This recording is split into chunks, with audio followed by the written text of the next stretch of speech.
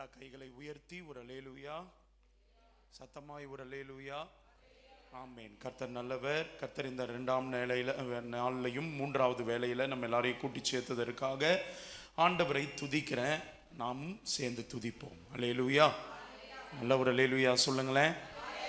ஆமாம், இந்த பகல் வேளையில் இந்த 3ஆம் செய்தியில் ஆவியானவர் நம்மோடு கூட இடைபடுவார். செய்திக்காக அம்மா ஜெபிச்சிருக்கிறாங்க. நம்ம நேரடியாய் கர்த்தருடைய வார்த்தைக்குள்ளே போக விரும்புகிறேன். ஏசாயா 55ஆம் அதிகாரம் 6ஆம் வசனத்தை எடுத்து நம்மில் ஒருவர் வாசிக்க கேட்போம். அக்கா மைக்கில் வாசிக்கிறீங்களா அக்கா ப்ளீஸ்? 862ஆம் பக்கம், பழைய ஏற்பாடு, ஏசாயா 55ஆம் அதிகாரம் 6ஆம் வசனத்தை அக்கா வாசிப்பாங்க. நம்ம எல்லாரும் எடுத்துக்கொள்ளலாம், வேகமா எடுத்துக்கொள்ள. கர்த்தரை கண்டடையத்தக்க சமயத்தில் அவரை தேடுங்கள். யாரை தேடணும்னு சொல்லி இருக்குக்கா? அவரை. ஒரு ஆமேன் சொல்லுங்க. அவருடைய கையில் இருக்கிறதை அல்ல, அவருடைய ஆசீர்வாதங்களை அல்ல, அவரை தேடுங்கள்னு வேத வாக்கியம் நமக்கு சொல்லுது. ஒரு ஆமேன் சொல்லுங்களேன்.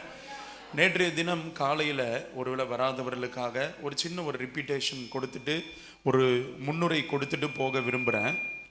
நேற்று காலையில் கர்த்தரை அப்படின்ற அந்த வார்த்தையில் நம்ம தியானித்தோம். ஆமேன் சொல்லுவீங்களா? கர்த்தர்னா அவர்தான் காரண கர்த்தா, அவர்தான் உருவாக்குபவர், அவர்தான் கிரியேட்டர். எந்த ஒரு விஷயத்தையும் செய்து முடிப்பவர் அவர் மாத்திரம்தான், அவரால் தான் முடியும். நம்ம வாழ்க்கைக்கோ மற்றவங்க வாழ்க்கைக்கோ நம்ம கர்த்தராக இருக்கக்கூடாது, அவர் தான் கர்த்தராக இருக்கணும்ன்ட்டு நாம் நேற்று காலையில் தியானித்தோம். எத்தனை பேருக்கு பிரயோஜனமாக இருந்தது? எனக்கு பிரயோஜனமாக இருந்தது. ஆமேன், அல்லேலூயா. அவர் தான் கர்த்தர். அவர் தான் யாரு? கர்த்தர். கர்த்தன் அப்படின்னா அர்த்தம் என்னன்னா உருவாக்குபவன். அந்த காரியத்தை செய்து முடிக்கிறவங்க அவங்க தான், அவர்கள் தான் செயல்படுத்துகிறவர்கள் என்ற அந்த வார்த்தை தான் கர்த்தர். அதுதான் காலையில் நம்ம தியானிச்சோம். மத்தியானம் என்ன, சாயந்தரம் என்ன தியானிச்சோம்? கண்டடையத்தக்க சமயம். ஒரு ஆமேன்னு சொல்லுங்களேன். கர்த்தரை தேடுகிற சமயம் எது? வேதம் தெளிவாய் சொல்லுது, அதிகாலையில் என்னை தேடுகிறவன் 100% கண்டடைவோம். கர்த்தருக்கு நன்றி. அப்படின்னா அதிகாலை மாத்திரம் தானா? இல்லை, நம்ம முழு இருதயத்தோட, நம்ம ரொம்ப விருப்பத்தோடு ஏக்கத்தோடு ஆண்டவரை எப்பெல்லாம் கண்டுகொள்ளணும்ன்ட்டு நம்ம ஆசையோடு தேடி போகிறோமோ அப்பெல்லாம் அந்த சமயமெல்லாம் நாம் கர்த்தரை கண்டடைகிற ஒரு சமயம். நல்ல ஒரு ஆமேன்னு சொல்லுங்களேன். ஆசையாக ஏக்கமாக தேடி போனால் கண்டிப்பாக அவரை கண்டுகொள்ளுவோம். அல்லேலூயா. நல்ல ஒரு அல்லேலூயா சொல்லுங்க. வேதத்தில் நம்ம ஆண்டவரை தேடும்போது, ஜெபத்தில் ஆண்டவரை தேடும்போது கண்டிப்பாக நீங்கள் நானும் அவரை கண்டுகொள்ளுவோம் என்பதை நேற்று மாலையில் ஆவியானவர் ஆணித்தரமாக நமக்கு பேசினார். ஒரு ஆமேன்னு சொல்லுங்களேன். நாம தான் ஒரு சமயத்தை, ஒரு காலத்தை நிர்ணயிக்கணும், நியமிக்கணும்ன்றத நேற்று மாலையில் நம்ம தியானித்தோம். ஒரு அல்லேலூயா சொல்லுங்கண்ணே. நம்ம தான் தேடணும், நம்ம தான் விரும்புகிறோம். சாப்பிட்றதுக்குன்னு ஒரு சமயத்தை வைக்கிறோம், தூங்குறதுக்குன்னு ஒரு சமயத்தை வைக்கிறோம், பள்ளிக்கூடம் பிள்ளைகளை எழுப்பி கிளப்பி அனுப்பணும்னு ஒரு டைமை ஃபிக்ஸ் பண்ணுறோம். இன்னும் என்னென்ன அவுட்டிங் போகிறதுக்கு, இன்னும் நிறைய காரியங்களுக்கு நம்ம நேரத்தை, சமயத்தை நம்ம தான் என்ன பண்ணுறோன்னா நிர்ணயிக்கிறோம், டைமை ஃபிக்ஸ் பண்ணுறோம். அதுபோல் கர்த்தருக்குன்னு நீங்களும் நானும் சமயத்தை எப்பப்பெல்லாம் ஃபிக்ஸ் பண்ணுறோமோ 100% முழு இருதயத்தோடு முழு ஆத்மாவோடு அவரை நம்ம தேடி போகிறோம் பாருங்க, அந்த சமயம்தான் நீங்களும் நானும் அவரை கண்டடையத்தக்க நல்ல சமயம். நீங்களும் நானும் சமயம் பார்க்க கூடவே கூடாது. ஒரு ஆமேன்னு சொல்லுங்களேன். நல்ல நேரம், கெட்ட நேரம், இந்த நேரத்தில் போய் தங்கத்தை வாங்கணும், இந்த நேரத்தில் போயிட்டு இதை செஞ்சாதான் நல்லா இருக்குன்னா நாம் என்ன பண்ணக்கூடாதுன்னா, நாம் அப்படிப்பட்ட ஜனக்கூட்டமாக என்றைக்குமே இருக்கக்கூடாது. அல்லேலூயா. ஆமாம், தேவ பிள்ளைகளுக்கு உலகம் எது நிறைஞ்ச யமகண்டம்னுதோ, ஆண்டவர் கூட இருந்தால் யமகண்டமும் நமக்கு நல்ல நேரம் தான். நல்ல ஒரு ஆமேன்னு சொல்லுங்க. நம்ம இந்த பாரம்பரியங்களுக்குள்ள மூழ்கிடக்கூடாதுன்னு நேற்று மாலையில் பார்த்தோம். இப்போ நம்ம பார்க்க போகிற வார்த்தை அவரை தேடுங்கள். அவருடையதை இல்லை, அவரை தேடுங்கள். ஒரு ஆமேன்னு சொல்லுங்களேன்னு. நல்லா ஒரு ஆமேன்னு சொல்லுங்களேன். இன்னைக்கு நீங்களும் நானும் ஒரே ஒரு விஷயத்தை குறித்து கொஞ்சம் ஆழமாய் தியானிக்க போகிறோம், சிந்திக்க போகிறோம். நான் கர்த்தரை தேடுறேன்னா இல்லை கர்த்தர்கிட்ட இருந்து ஆசீர்வாதம் வரும்ன்றனால அவரை தேடுறேன்னா?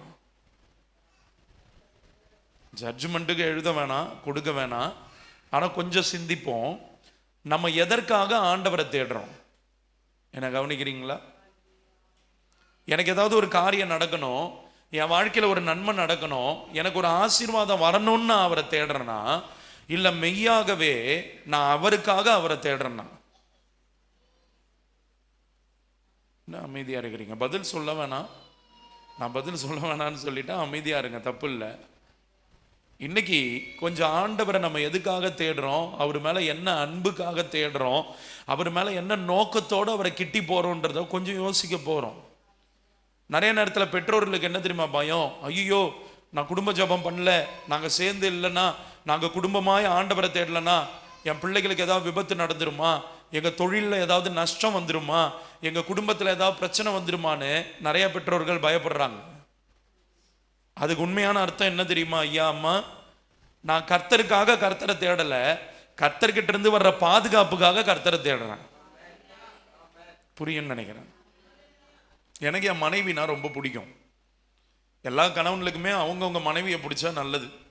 அதே போல் எல்லா மனைவிகளுக்கும் அவங்கவுங்க சொந்த புருஷனை பிடிச்சா நல்லது. என்ன அமைதியாக இருக்கிறீங்க?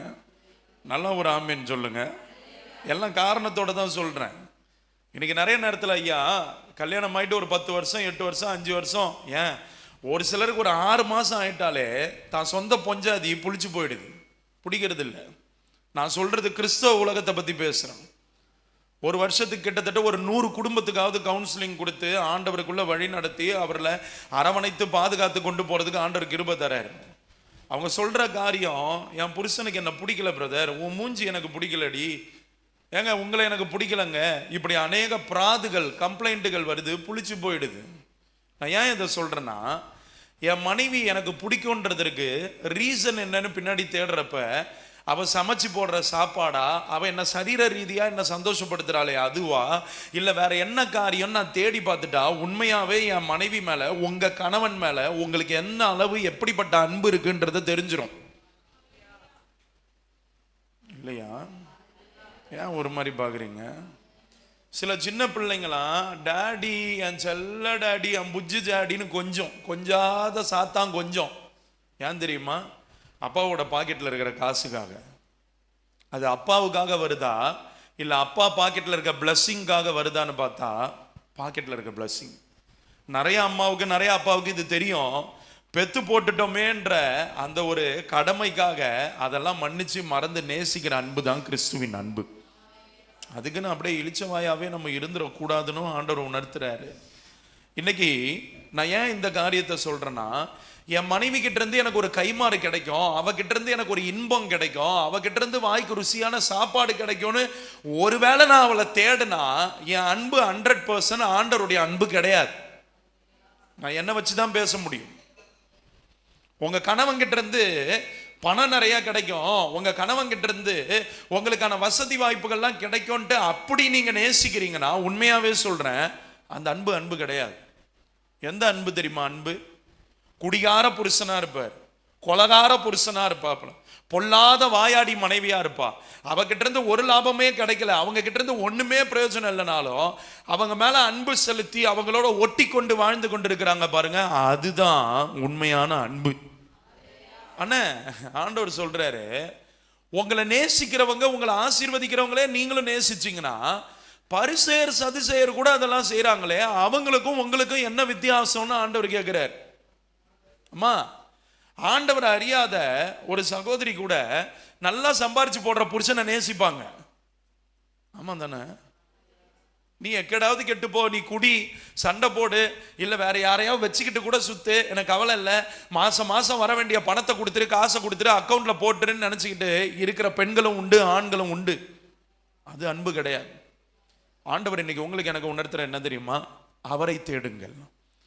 நான் நினைச்சது என் மனைவி கிட்ட இருந்து கிடைக்கலனாலும், நீங்க நினைச்சது உங்க கணவன் கிட்ட இருந்து கிடைக்கலனாலும், நான் அவரை உண்மையாவே தேடுவேன், நேசிப்பேன்னீங்கன்னா நீங்க ஜெயிச்சிட்டீங்கன்னு அர்த்தம்.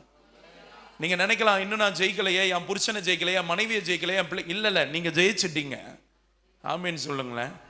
நான் ஒரு 4 வருஷம் யூனிவர்சிட்டியில கிரிக்கெட் பிளேயரா இருந்திருக்கேன். ஒரு 2 வருஷம் கிரிக்கெட் டீமை வழி நடத்தி போயிருக்கிறேன். சில டீம்லாம் வரும்போதே எங்களுக்கு தெரியும், சொல்லுவோம், மாப்பிள்ள இன்னைக்கு நம்ம மேட்சை ஜெயிச்சிட்டோம், கோச்சிக்காதீங்க அந்த வார்த்தையை பயன்படுத்துகிறேன்னு. ஒரு உலகத்து பிரகாரம் ஒரு கிரிக்கெட் விளையாடும் போதே ஆரம்பிக்கும் போதே தெரியும், அந்த அட்டவணையில் இந்த டீம் கூட இந்த டீம் மோதுதுன்னா கண்டிப்பாக இந்த பலம் மிகுந்த ஒரு அணி ஜெயிச்சே தீரும்னு நமக்கு தெரியும். ஆமாம் தானே? இல்லையா? ஏதோ புரியலையா நான் பேசுறது? புரியும்னு நினைக்கிறேன். புரியுதுங்களா? இன்னும் புரிகிற மாதிரி சொல்கிறேன். ஒரு சாதாரண ஒரு ஸ்கூட்டி வண்டி கூட பல்சர் 220cc இல்லை நிஞ்சா பைக்கையோ ரேஸ் வச்சா எது ஜெயிக்கும்? தப்பான எக்ஸாம்பிள் சொல்லிட்டனோ? அது இந்த பக்கம் பார்த்து சொல்லியிருக்கணுமோ? இப்படி சொல்லலாமா? மாமியா கைப்பக்குவம் உடைய பயங்கரமான சமையல் புலி, ஆனால் மருமவளுக்கோ தோசையை திருப்பி போடுன்னா கல்லோட சேர்த்து கவுத்து போடுற ஆள். நான் சொல்கிற புரியும்னு நினைக்கிறேன். தோசை வெந்த பிறகு திருப்பி போடவும் அப்படின்னோடனே திருப்பி தானே போடணுன்னே கல் கைப்பிடியை பிடிச்சி அப்படியே கப்புன்னு திருப்பி போட்டு அந்த மாவில் போய் மாவு நெருப்பில் போய் விழுந்து அணையிற மாதிரி சமைக்கிற ஆள். இப்போ யார் சமையல் ஜெயிக்கும்? வாய் வராது, மாமியா சமையல் தான். என்னை கவனிக்கிறீங்களா தேவ பிள்ளைகள்? நான் ஏன் சொல்கிறேன்னா, உங்கள் வாழ்க்கையில் இப்படிப்பட்ட அன்பை உடையவர்களாய் நீங்களும் நானும் இருக்கும்போது, இப்படிப்பட்ட அன்போடு மனிதர்களை, அதாவது உங்கள் சொந்த புருஷனை, உங்கள் சொந்த மனைவியை, உங்கள் பிள்ளைகளை, உங்கள் பெற்றோர்களை நீங்கள் நேசிக்கும் போது உங்களுடைய வெற்றியை நீங்கள் முன்னமாவே போட்டி ஆரம்பிக்கிறதுக்கு முன்னாடியே நீங்கள் உறுதிப்படுத்திட்டீங்க. கண்டிப்பாக உங்களுக்கான வெற்றியை கர்த்தர் கொடுத்தே தீருவார். என்ன கொஞ்சம் அந்த டைம் எடுக்கும். ஒரு ஆமீன் சொல்லுங்களேன். ஐயா, ஒரு இட்லி வேகிறதுக்கு கூட 15 நிமிஷம் ஆகுதம்மா. எல்லாத்துக்குமே வாழ்க்கையில் ஒரு காலம் எடுக்கும். ஆனால் நம்ம சோர்ந்து போகிற இடம் என்ன தெரியுமா? அவரை தேடுறதற்கு ஒரு டைம் எடுக்குது பாருங்க. அந்த நேரத்தில் நம்ம மனம் சோர்ந்து போயிடும். கர்த்தர் சொல்றாரு, சோராதீங்க, நீங்க அவருக்காக அவரை தேட ஆரம்பிக்கும் போதே ஜெயிக்க ஆரம்பிச்சிட்டீங்கன்றது அர்த்தம். நல்லா ஒரு அல்லேலூயா சொல்லுங்க. அக்கா புரியுதா? நான் பேசுறது புரியுதா? ஆண்டவர் இன்னைக்கு கேட்குறாரு, தேடுறோம், அவருக்காக அவரை தேடுறோமா? சொல்லுங்க. மனிதர்கள் பொதுவாகவே நம்ம கொஞ்சம் சுயநலவாதிகள். ஏதாவது ஒரு தேவை வந்தால் நம்ம தேடுறதை விட மற்ற நேரத்தில் நம்முடைய தேடல்கள் ரொம்ப குறைஞ்சி போயிடுது. ஒத்துக்கணும்ல? இல்லை ஏவாளம்மா மாரி வேற மேலே பழி போட போறீங்களா? இல்லை எங்களை மாரி ஆதாம் ஐயா போல நீங்கள் கொடுத்த மனைவி தான் ஆண்டவரே, அவளால் தான் நான் இதை சாப்பிட்டேன்னு பழி போட போறீங்களா?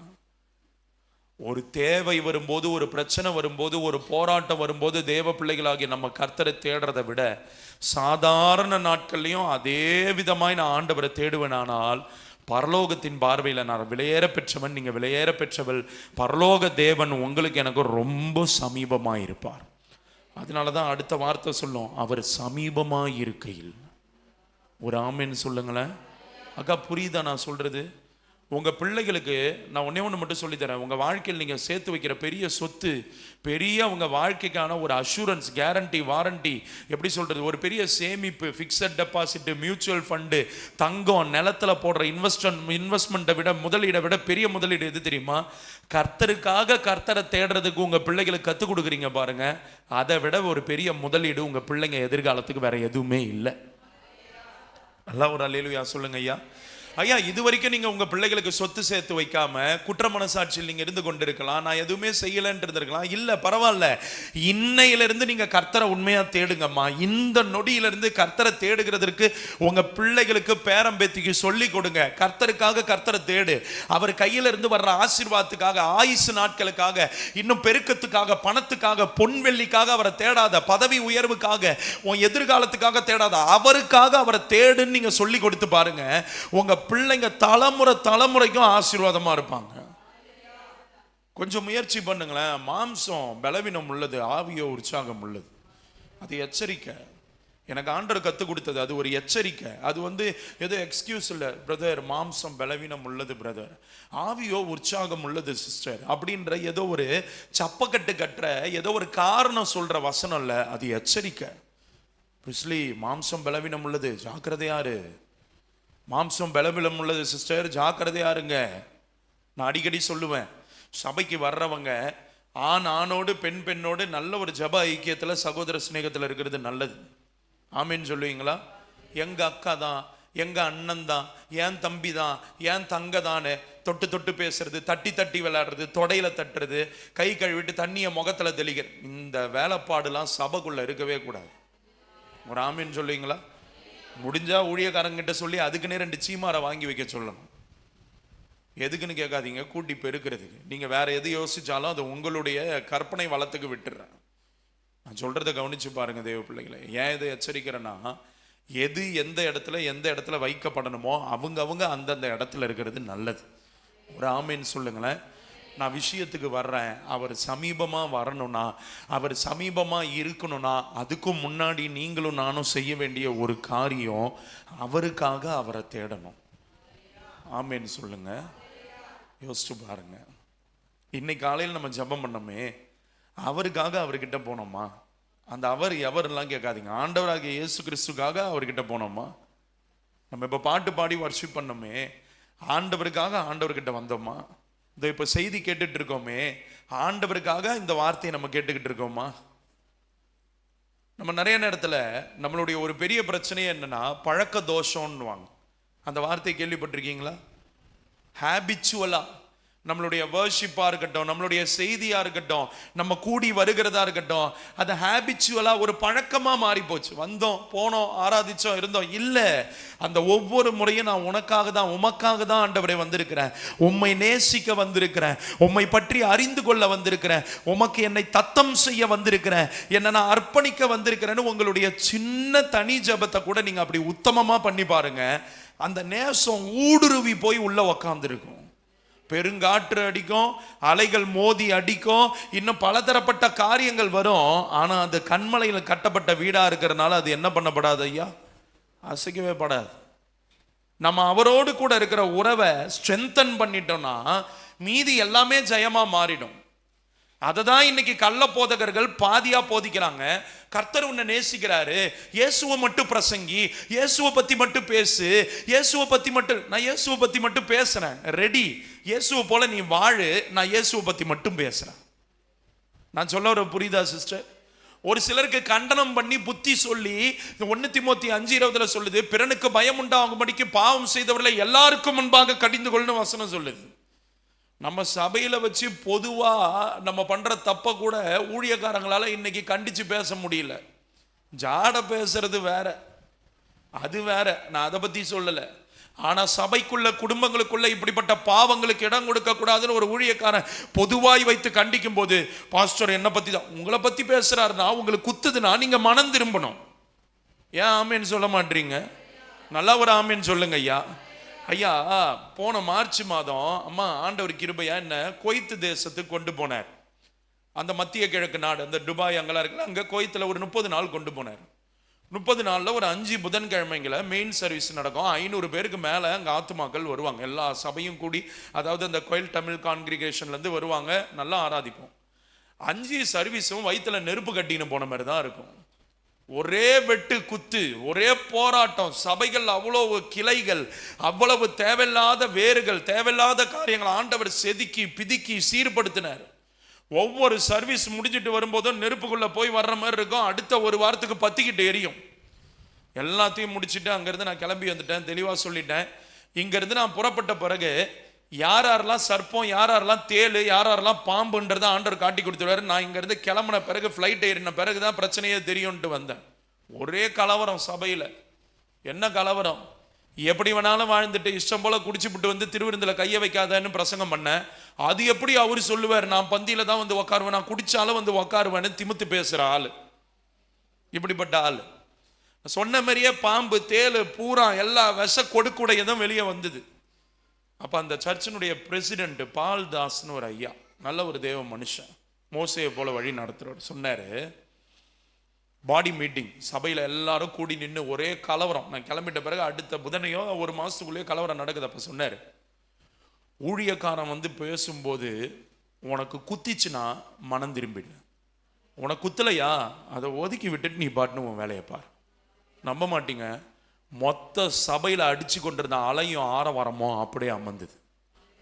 ஏன் சொல்றேன்னா, ஒரு ஊழியக்காரன் தேவனுடைய ஆசாரியனாய் ஒரு ஊழியக்காரமா வந்து நின்று பிரசங்கம் பண்ணும்போது அந்த வார்த்தைகள் புத்திமதி நம்ம வாழ்க்கையில் நம்மளை குத்துதுன்னா அது நம்ம திருத்திக்கிறது தான் நம்ம வேலை. கோராகு கூட்டத்தை போல நீங்களும் நானும் எழும்பி நின்று என்ன எப்படி சொல்லலாம், நான் யார் தெரியும், நீங்க யார், நீங்க இல்லை கேட்குறேன், நீர் யாரு? வெறும் மண்ணையா, நம்ம என்னையும் சேர்த்து தான் சொல்றேன், நான் யாரு? நான் வெறும் மண்ணு, நான் யார் தெரியுமா என்ற வீரவசனம் பேசும்போதெல்லாம் வேதத்து பக்கம் திரும்பினா நான் வெறும் மண்ணுன்னு அவர் நினைவு கூர்ந்திருக்கிறார். எத்தனை பேர் ஆமீன் சொல்லுவீங்க? சிஸ்டர், இந்த அழகு, இந்த செவத்த தோல், இந்த டஸ்கி ஸ்கின்னு, கருத்த தோல்லே நான் கலையானவன், இந்த ஸ்டைலு, அப்படியே கோதி கோதி கோதி கோதி முடியெல்லாம் விடுறோமே, இதெல்லாம் வெறும் மண்ணு தான்.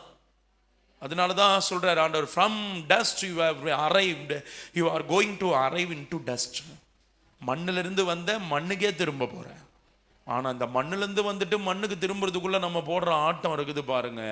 யோ யோ யோ யோ யோ கர்த்தாவே, இன்னைக்கு ஆவியானவர் உங்களுக்கு எனக்கு உணர்த்தினது என்னன்னா, அவர் இந்த மண்ணை செதுக்கும் போது, அந்த மண்ணில் இருக்கிற தேவையில்லாத குப்பை கூலங்களை கிள்ளி எடுக்கும் போது, குத்துது ஆண்டவரே, கொடையுது ஆண்டவரேன்னு சொல்லாம, அவருக்கு என்ன பிரியமோ, அவருக்கு முன்னாடி நான் எப்படி நின்னா பிடிக்குமோ, ராஜாவுக்கு பிரியமான அலங்காரத்தோட நான் நிக்கிறது தான் என்னுடைய வேலை.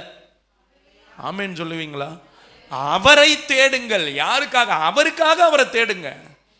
நடந்தாலும் படுத்தாலும் உண்டாலும் புசித்தாலும் குடித்தாலும் என்ன செய்தாலும் தேவநாம மகிமைக்கென்று செய்யுங்கள்னு கர்த்தர் சும்மா எந்த ஒரு வேலையும் இல்லாம எழுதி வைக்கல. நான் செய்யறதுல ஒண்ணுமே ஒரு மகிமை படணும். ஒரு ஆமேன்னு சொல்லுங்க. ஒரு வீடு கட்டுறீங்களா, கர்த்தர் மகிமை படணும். ஒரு ஆமேன்னு சொல்லுங்க. ஒரு திருமணம் செய்றீங்களா, கர்த்தர் மகிமை படணும். ஏன் ஆமேன்னு சொல்ல மாட்டீங்க ஐயா? அண்ணா, போட்டுக்கு தொழிலுக்கு போறீங்களா, கர்த்தர் மகிமை படணும். ஒரு ஆமேன்னு சொல்லுங்க. சர்ச்சுக்கு வரீங்களா, கர்த்தர் மகிமை படணும். ஒரு உடை உடுத்துறீங்களா, கர்த்தர் மகிமை படணும். ஒரு அலங்காரம் பண்றோமா, அதுல யார் மகிமை படணும்? ஆமேன் தானே அண்ணே? நீங்க கேமரா பிடிக்கிறதுல கர்த்தர் மகிமை படணும். நான் சொல்ற புரியுதானே தம்பி? ஜீவா, நீ உட்காந்து அங்க பாக்குறதுல, மீடியா மினிஸ்ட்ரியில அதுல கர்த்தர் மகிமை படணும். அல்லேலூயா. அழகா பிரதர் வந்து வர்ஷிப் பண்ணாங்க. அந்த வர்ஷிப்ல யார் மகிமை படணும்? வாவ், என்னமா பாடினாரு, ஸ்கேல்ல அப்படியே வாய்ஸ் சூப்பரா பாடுறாரு. என் சிங்கக்குட்டி இங்க உட்காந்து இந்த வயசுல கீபோர்டு பிடிக்கிறது என்னமா? ஒருவேளை என் தலைமையில கிரீடத்தை சூட்டினாலும் அந்த கிரீடத்தை எடுத்துட்டு போய், ஆண்டவரே இது உம்முடைய பாதரட்ச, என் தலையில வச்ச கிரீடம் எல்லாம் உம்முடைய செருப்புப்பா, இதை போட்டுக்கிட்டு நடந்து வாங்கப்பான்னு அவர் பாதத்துல வச்சிடணும். ஏன் ஆமீன் வர மாட்டுது? நான் கட்டின மகாபாபிலோன், நான் கட்டுறேன். இல்ல இல்ல இல்ல. என்னைக்கு நான்ற வார்த்தை வருதோ அன்னைக்கு நம்மளே அறியாம தரமட்டம் ஆயிடும். கர்த்தர் மகிமைப்படுறாரா? இன்னைக்கு வாலிபர்கிட்ட ஒரு பெரிய பிரச்சனை சொல்றேன், கேளு தம்பி தங்கச்சி. இங்க வீட்டுக்குள்ள, இங்க சர்ச்சில் இருக்கும்போது ஒரு உடை, வேலை இடத்துக்கு போயிட்டா வேற ஒரு உடை. விபச்சாரம், விபச்சாரம்.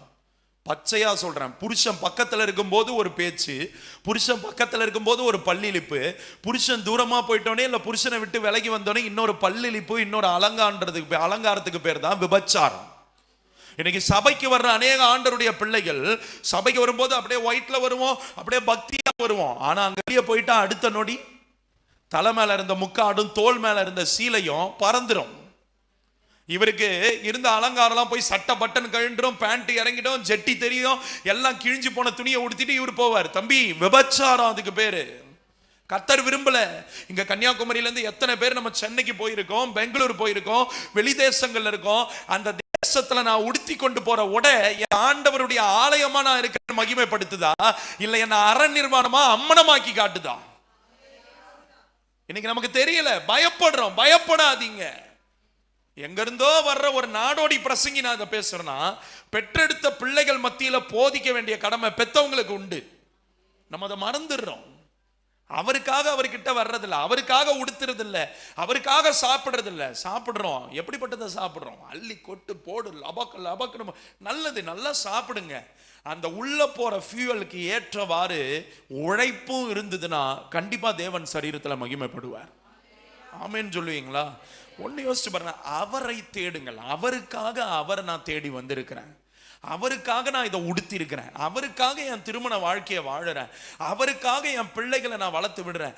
அவருக்காக நான் காரியங்களை நடப்பிக்கிறேன்னு நீங்க பண்ணி பாருங்க. நான் உண்மையா சொல்லுவேன், கேரண்டி, வாரண்டி, ஷூரிட்டி, இன்னும் என்னென்ன டீலாம் இருக்குதோ அத்தனையும் கொடுத்து, ஆண்டவர் லைஃப் இன்சூரன்ஸையும் கொடுத்து, ஹெல்த் இன்சூரன்ஸையும் கொடுத்து எல்லாத்தையும் ஆசீர்வாதமாய் நடத்துவார்.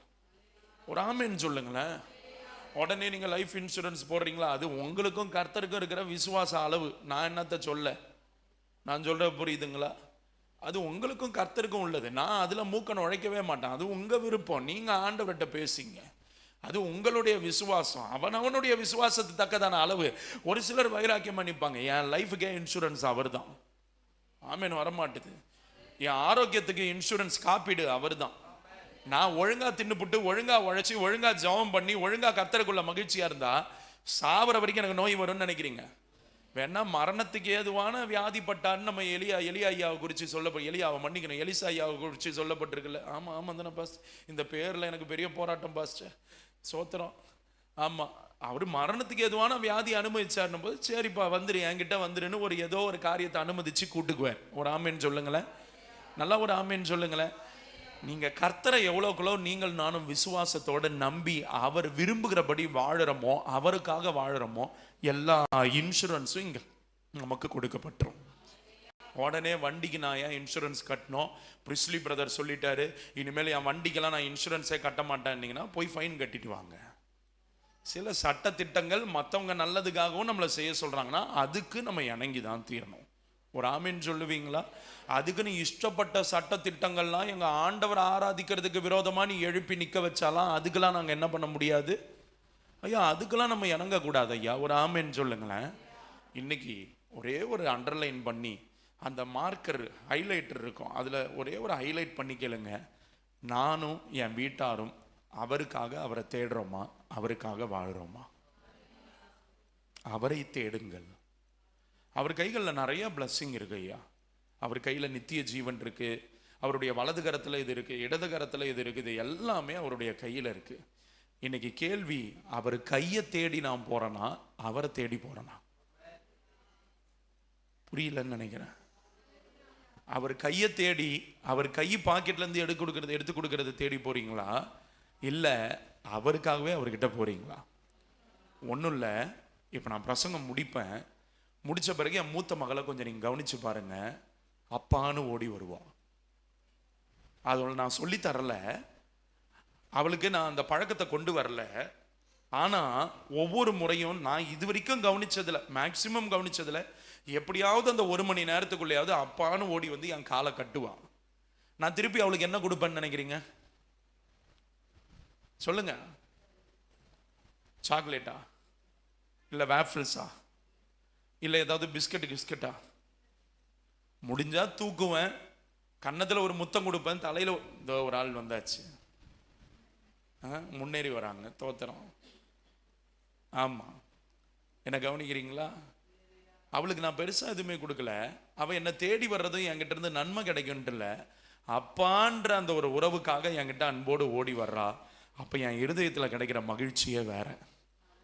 நான் சொல்றது உங்களுக்கு புரியும்னு நினைக்கிறேன்.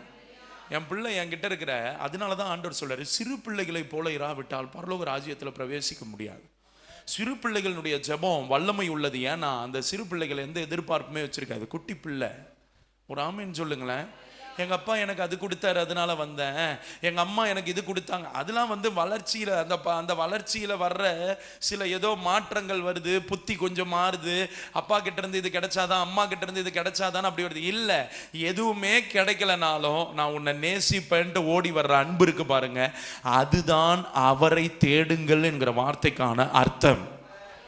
நீங்க ஆண்டவர்கிட்ட வந்துருங்க. அம்மா, நம்ம புதுசா வந்தப்ப ஒரு நம்பிக்கையோட வருவோம், என் வியாதி சுகமாகுமா, என் புருஷன் அந்த படுத்த படுக்கையில கட்டில் கடையா கிடக்கிறாரே மாறுமா, எங்க பிரச்சனை மாறுமா, கடன் மாறுமா, இப்படி நிறைய எதிர்பார்ப்பு. நான் தப்புன்னு சொல்லல. நம்ம அப்போ அறியாமையில இருக்கிறோம், கர்த்தர்கிட்ட இருந்து ஒரு நன்மை நடக்குமான்னு தேடி வரோம்.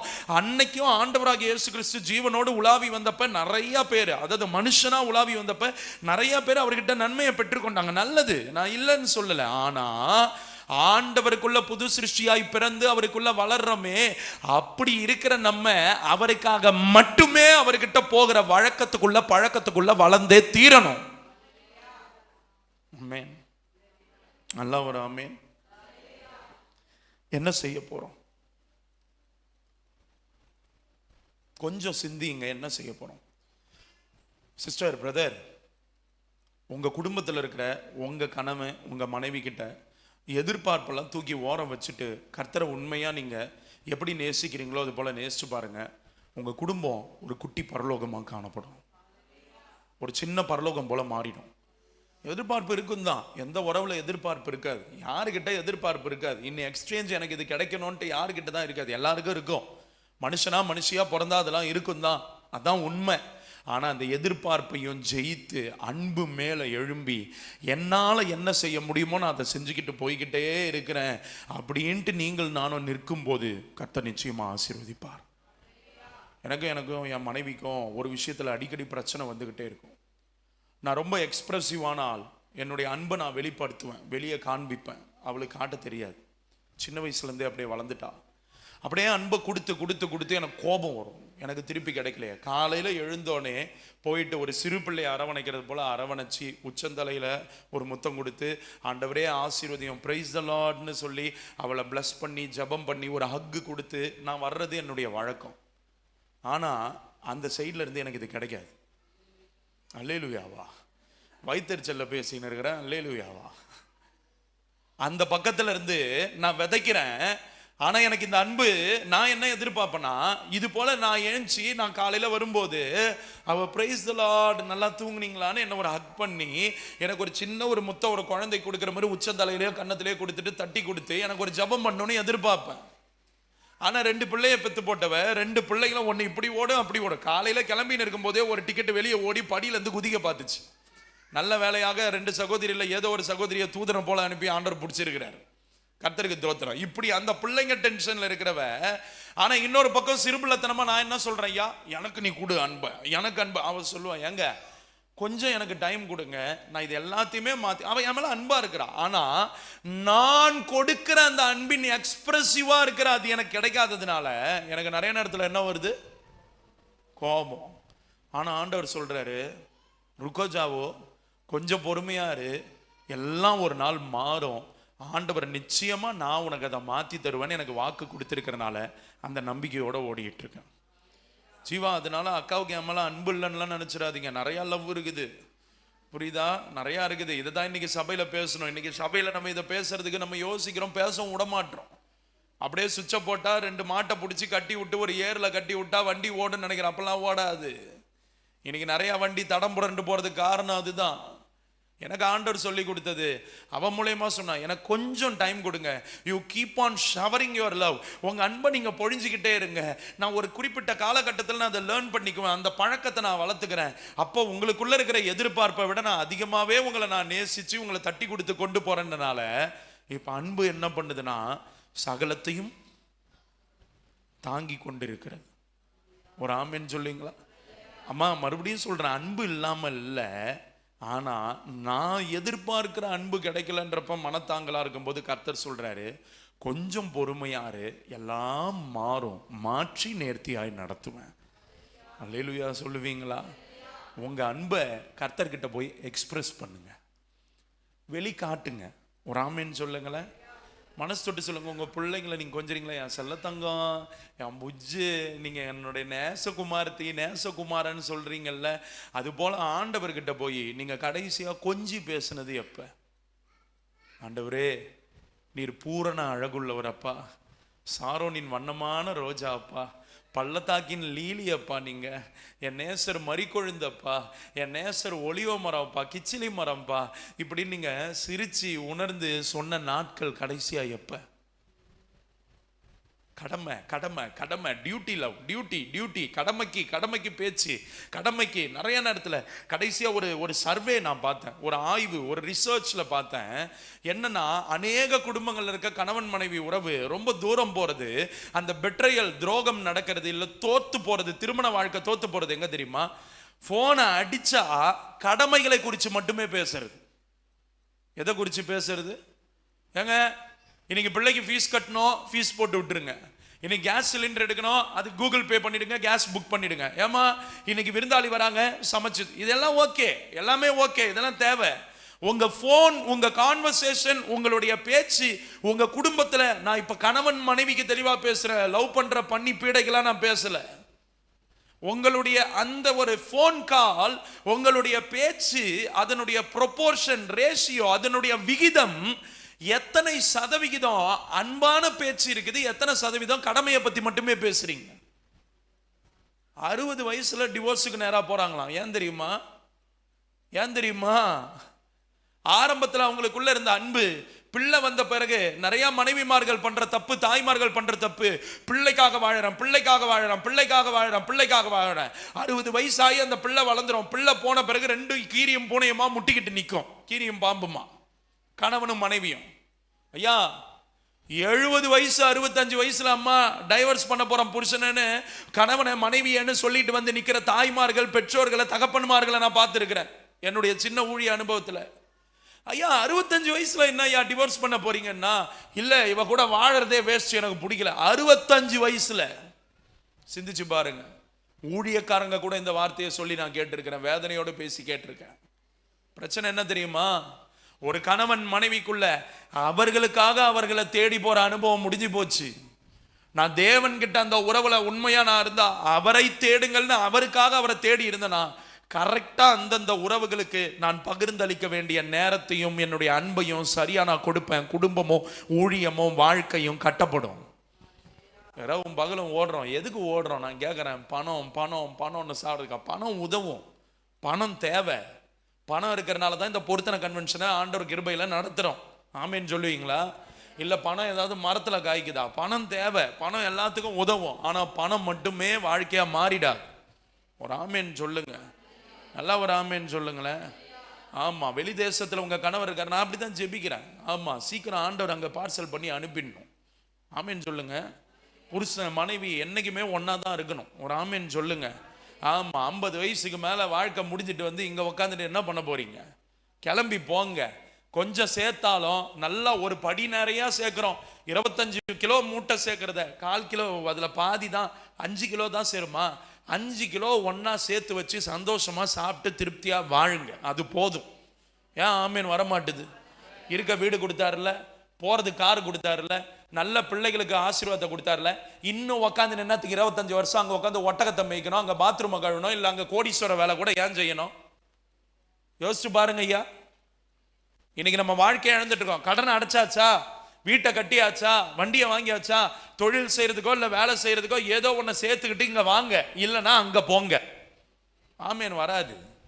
நம்ம தான் பண பேயா மாறி போயிருக்கிறோமே. பேய, இந்த பேயெல்லாம் என்னத்த பண்றதுன்னு எனக்கு தெரியல. நான் பணம் பணம் வாழ்ந்து சாவர பேயை பத்தி பேசுறேன். ஒருவேளை கடன் அடைச்சிட்டு இருக்கோம் பிரதர், சீக்கிரமா அடைச்சிட்டு வர சொல்லுங்க. ஏன் ஆமீன் வர மாட்டுது? இல்லைன்னா காலம் பூரா கடங்காரங்களாவே இயேசுவின் நாமத்தில் அப்படியே கடங்க. உங்களை நான் வாழ்த்துறேன். நீங்க என்ன வேணாலும் எடுத்துங்க. இன்னையோட என்ன பாஸ்டர்கிட்ட சொல்லி பார்சல் பண்ணாலும் பரவாயில்ல, ஐ டோன்ட் கேர். புரியுதுங்களா? 2 நாள் வந்ததுக்கு கோழிக்கறி தின்னேன், இடியாப்பம் சாப்பிட்டேன், சப்பாத்தி சாப்பிட்டேன், வார்த்தையை பிரசங்கம் பண்ணேன்னு போயிடுவேன். நான் கவலையப்பட மாட்டேன். இன்னைக்கு ஆண்டவர் உங்களுக்கு எனக்கும் பேசுறார். கமிட்மெண்ட் முடிஞ்சுதா, குடும்பமா வந்து இருங்க. ஏன் ஆமீன் வரமாட்டுது? ஏன் என்ன வேற என்ன பிளான் வச்சிருக்கிறீங்க? அங்க வீட்டுக்கார் ஒரு சின்ன வீடை செட் பண்ண பிறகுதான் ஆண்டவரே புருஷனை கொண்டு வாங்கன்னு இங்க இருந்து உட்காந்து குதிரை லாடம் கட்டுற மாதிரி தொங்கின்னு இருப்பீங்களா? கர்த்தருக்குள்ள மன மகிழ்ச்சியாய் வாழ்ந்து இருக்கிற கொஞ்ச காலத்துக்கும் ஒருவருக்காக ஒருவர் கர்த்தருக்குள்ள வாழுங்க, கட்டப்பட்டு வாங்க. இன்னைக்கே முட்டாள்தனமா எல்லாத்தையும் விட்டுட்டு வாங்கன்னு சொல்ல, கமிட்மெண்ட்டை கணக்கு போடுங்க, காரியங்களை நிறைவேற்றுங்க, முடியுங்க, குடும்பமா சந்தோஷமா வாழுங்க. எதுக்கு அந்த நரகம்? நான் கேட்கறேன், வாழும் போதே ஏன் நரகம்? ஒரு ஆமீன் சொல்ல மாட்டீங்க போல. உங்களை நான் திட்டல. பணம் உதவும், நான் இன்னைக்கும் சொல்றேன், பணம் உதவும், பணம் வேணான்னு சொல்லலை. ஆனால் பணத்துக்காகவே வாழ்க்கையை தொலைக்காதீங்க, குடும்பமாய் வாழ்ந்துருங்க. எனக்கு தெரியும், சென்னையில் பைலட்டா ஏரோநாட்டிக்கல் இன்ஜினியரான்னு தெரில, நான் போனது 10 வருஷத்துக்கு முன்னாடி அந்த வீட்டுக்கு போனேன். பெரிய கோடீஸ்வர குடும்பம், சென்னையில் நிறையா லேண்ட் இருக்கு. பிரதர் எங்கள் வீட்டுக்கு வரணும், ஒரு சின்ன கவுன்சிலிங் பண்ணணும், ஜெபம் பண்ணணும், வீட்டில் சிறையிருப்பா இருக்குன்னாங்க. ஆண்டவர்கிட்ட ஜெபம் பண்ணப்ப நானும் செல்வான்ற தம்பியும் போனோம். அந்த சிஸ்டர் வீட்டுக்கு போனோடனே அழகாக மெதுவடெல்லாம் குட்டி குட்டியாக போட்டு கொடுத்தாங்க. 4-5 ரூம் இருந்தது. எந்த ரூமில் என்ன இருக்குதுன்னே தெரியல. ரொம்ப மைல்டான ஒரு லைட்டு தான். ஏன்னா தனியாக போனால் டேஞ்சர்னு என் கூட ஒரு ஆலயம் கூட்டின்னு போனேன் அந்த தம்பியும். என்றைக்குமே ஊழியக்காரங்களாகிய நாங்கள் உங்களை சந்திக்க வரும்போது ஒன்று எங்கள் மனைவியோடு வருவோம், இல்லை யாராவது ஒரு நபரோடு வருவோம், இல்லை உங்கள் குடும்பத்தில் ஆட்கள் இருக்கும்போது நாங்கள் வருவோம். ஆமேன் தானே? நான் விசுவாசிக்கிற அண்ணன் இன்னைக்கு வரைக்கும் அந்த வழக்கத்தை தான் வச்சிருக்கிறேன். காலையிலே அவர் வந்து ஜெபிச்சுட்டு போன சத்தம் கேட்டது, குடும்பமாக கலகலப்பா. நான் மேலே என் ஜெபிச்சு பைபிள் வாசிச்சிருந்தேன், அப்போ சத்தம் கேட்டுச்சு. நான் சொல்ற புரியுதுங்களா? அந்த ஒரு வழக்கத்தில் இருக்கிற ஊழியத்தை எந்த கொம்பனாலையும் அசைக்கவே முடியாது. ஆமேன்னு சொல்லுவீங்களா? இதே கன்னியாகுமரியில் பாதிக்கப்பட்ட தேவ பிள்ளைகளை எத்தனையோ பேர் எனக்கு கால் பண்ணியிருக்காங்க. நான் அதை பற்றி இப்போ பேச விரும்பலை. உங்ககிட்ட நான் சொல்ல வர்றது விரும்புறது ஒன்னே ஒன்று என்னன்னா, அந்த வீட்டுக்குள்ள போனப்ப சொன்னாங்க, ஒரு ரூம்ல அப்பா, இன்னும் 2 ரூம்ல 2 பசங்க, இந்த ரூம்ல இன்னொரு ரூம்ல இந்த அம்மா சொல்றாங்க, என் பையன் ஏதாவது நல்லது சொன்னா செருப்பு எடுத்துட்டு வந்து உச்சந்தலையில அடிக்கிறான் பிரதர்னா. வீட்டுக்குள்ள கோடி ரூபாய் இருக்குது ஐயா, கோடிக்கணக்கான சொத்து இருக்குது ஐயா, ஆனா வீட்டுக்குள்ள ரட்சிப்பு இல்லம்மா. ஏன் தெரியுமா? ஒருவருக்காக ஒருவர் அன்பின் நிமித்த கட்டப்பட்டு வாழாது. ஏன் தெரியுமா? கர்த்தருக்காக தேடாம ஆசீர்வாதத்துக்காக தேடின அவருக்கு நம்ம பண்ண துரோகம் இன்னைக்கு நம்ம வீட்டுக்குள்ள அந்த துரோகம் தலைவிரிச்சு ஆடிக்கிட்டு இருக்கு. நம்ம நினைக்கிறோம் கர்த்தரை தேடாம வர்றதுல என்ன பிரச்சனை, ஒன்றும் பிரச்சனை இல்லை. அவருக்கு இழைக்கிற துரோகம் ஒரு நாள் நம்ம விதைச்சதை நம்ம அறுத்தே தீருவோம். இனி வருகிற நாட்கள்லையாவது அவருக்காக அவரை தேடி போங்க. ஆண்டவரே 5 நிமிஷம் தான் இருக்குது, 5 நிமிஷம் நான் உம்மை நேசிக்க போறேன், உம்மை துதிக்க போறேன், உம்மை பாட போறேன். இன்னைக்கு என்கிட்ட 2 மணி நேரம் தான் இருக்கு. இந்த 2 மணி நேரம் பச்சை தண்ணி கூட நாக்கில் படாம உங்க சமூகத்தில் நான் உட்கார போறேன். ஜபத்துக்கு முன்னாடி தண்ணிலாம் குடிச்சிட்டேன், எல்லாம் வச்சுட்டேன். நல்லா 2 மணி நேரம் பைபிள் வாசிக்க போறேன், ஜெபிக்க போறேன், உங்க கூட நேரத்தை செலவிட போறேன். அதை முடிச்சுட்டு தான் நான் எதுவாக இருந்தாலும் வெளியே போக போறேன். ஆமேன்னு சொல்லுவீங்களா? எத்தனை பேர் ஆமேன்னு சொல்லுவீங்க? அல்லேலூயா சொல்லுங்களேன். ஒரு மனுஷன் அன்பு கூறும்போது, அண்ணா கொஞ்சம் பாசன கொஞ்சம் கோச்சிக்காதீங்க, நாங்கள் வேலூர் பக்கம் கடந்த நாட்களில் ஊழியத்துக்கு போனப்போ வேலூர் கோட்டை இருக்கும், சூப்பரான ஒரு இடம். இன்றைக்கும் ஒரு ஞாபக சின்னமாக இருக்குது. ஆனால் அது இன்றைக்கி பல எப்படி சொல்கிறதுனா கேவலமாக மோசமாக அது அருவருப்பாக மாத்திர ஆட்கள் உண்டு. நம்ப மாட்டீங்க, எப்பயும் எல்லா ஊர்லேயும் வெயில் அடிக்குதுன்னா வேலூரில் ஒரு 5 டிகிரி எக்ஸ்ட்ராவாக அடிக்கும். உச்சி வெயில். அந்த ஊழியத்தை முடிச்சுட்டு மதியானம் லஞ்சு முடிச்சுட்டு வரோம், அந்த கோட்டை பக்கம் எனக்கு தெரியும் பயங்கரமான பொல்லாத ஆவிங்களாம் இருக்கும், ஜோடி ஜோடியாக இருக்கும். அப்போ தூரத்திலே பார்த்துட்டேன், எஸ்தரு இங்கே வாயன் உனக்கு ஒன்று காட்டுறேன்ட்டு காருக்குள்ளேருந்து அங்கே காட்டினேன். தூரத்தில் ஒரு வாலிபனும் ஒரு வாலிப பொண்ணும், ரொம்ப தூரம் இங்கேருந்து எப்படி சொல்கிறது ஒரு 1/4 கிலோமீட்டர் இருக்கும், 200-300 மீட்டராவது இருக்கும். அந்த தூரத்தில் என்ன பண்ணுறாங்க, எப்படா அவன் கண்ணு தெரியுதுன்னா ஆண்டவர் கிருபையாக கண்ணுக்கு நல்ல பார்வையை கொடுத்துருக்கிறாரு. இன்னொன்று iPhone 17 Pro Max வச்சிருக்கனால அதில் ஜூம் அடித்தா எவ்வளோ தூரத்துக்கு வேணாலும் தெரியும். அப்போ காட்டினேன், அந்த கோட்டையில் ஒரு காலத்தில் ராஜாக்கள் மன்னர்கள் வாழ்ந்து ஞாபக சின்னமாக இருக்குது. இப்போ அந்த கோட்டையில் என்ன பண்ணுறாங்க பாருன்னு அவளுக்கு காட்டின போது, உச்சி வெயில்ல உணர்வற்றவர்களாய் அருவருப்பான காரியங்களை செய்து கொண்டிருக்கிறாங்க. நான் ஏன் இதை சொல்கிறேன், இது ஏன்பா நீ சொல்கிற அருவருப்பானவனு நீ கேட்கலாம். ஒரு மாம்ச பிரகாரம் தன்னுடைய இச்சையை தீர்த்துக்கிறதுக்கே அவனுக்கு வெயில், மழை, தாகம், தண்ணி, சோறு எதுவுமே தெரியல. ஆனா தெய்வத்தினுடைய சுத்த அன்பை ருசிக்கிறதுக்குள்ள, நீங்களும் நானும் அவரை நேசிக்கிறதுக்குள்ள பசி எடுக்குது, வயித்த கலக்குது, வாந்தி வருது, பேதி வருது, எல்லாமே அப்பதான் வருது. கர்த்தரை உண்மையா எல்லாத்தையும் மறந்து தேட முடியுதா? அவன் கேட்கிறான், ஏங்க என்ன வெயில் அடிக்குதுங்க, இவ்வளோ வெயில்ல ஜன்னலை திறந்து விட்டா நெருப்பு அள்ளி உள்ள அடிக்கிற மாதிரி இருக்கு, இவ்வளோ வெயில்ல எப்படிங்க அங்க படுத்து கிடக்குறாங்க அந்த பாறை மேலன்னு அவன் கேட்கிறான். அதுதான் இந்த உலகம் சொல்ற காதல்ன்ற காம விகாரம். ஒரு அற்ப அருவருப்பு உடம்பு சோகத்துக்காக அந்த வெயில்ல கருவாடு போல இதுங்க காயுதுனா, உசுர கொடுத்து ஜீவனை கொடுத்து நேசிச்சாரு அவருக்காக நீங்களும் நானும் உசுர கூட கொடுக்க வேணாம்? அவருக்காக தேடிப்போம், உயிரை விட்டுருங்க, அவருக்காக உயிரோட வாழ்வோம். சொல்லுங்க ஆண்டவரே, இந்த 1 மணி நேரம் இருக்கு, எதை பத்தியுமே யோசிக்க போறது இல்லை. அவன் அவங்க அப்பா அம்மா பத்தி யோசிச்சானா? இல்ல அவ எதிர்காலம் நாரி போகும், இவளுடைய எதிர்காலம் நடுத்தெருவில் நிப்பான்றது அவளுக்கு தெரியுமா? விபச்சாரின்ற பட்டம் பையனுக்கு கட்ட மாட்டாங்க, பெரிய யோக்கியஸ்தம் மாதிரி அனுப்பிடுவாங்க, அதான் நம்ம சமுதாயம். ஆனா அந்த பொண்ணை வேசின்னுவாங்க. அதை பத்தி அவ கவலைப்படல, அவனும் கவலைப்படல. ஒரு துப்பட்டா அவன் மூடிக்கினா அவ்வளோ அருவருப்பா அங்க கிடக்குதுங்க. அன்புன்ற பேர்லனா உசரை கொடுத்த ஜீவனை கொடுத்த அன்புக்காக நீங்களும் நானும் எல்லாத்தையும் மறந்து அவர் சமூகத்தில் கிடக்க வேணாம்? அவருக்காக அவரை தேடி போங்க. போய் ஒரே ஒரு முறை நான் சொல்றதை கேட்டு பாருங்களேன். ஆண்டவரே சந்தோஷமா இருக்கிறீங்களான்னு நீங்க போய் கேட்டு பாருங்க. என்னப்பா ஆண்டவருக்கு என்ன சந்தோஷம்? அவர் எப்பயுமே ஹாப்பியாக தானே இருப்பாரு. அவர் சார்ஜ் போட்டு விட்ட ஃபேன் மாதிரி லைட்டு மாதிரி தானே எப்பயுமே சந்தோஷம் தானே இருப்பாரு.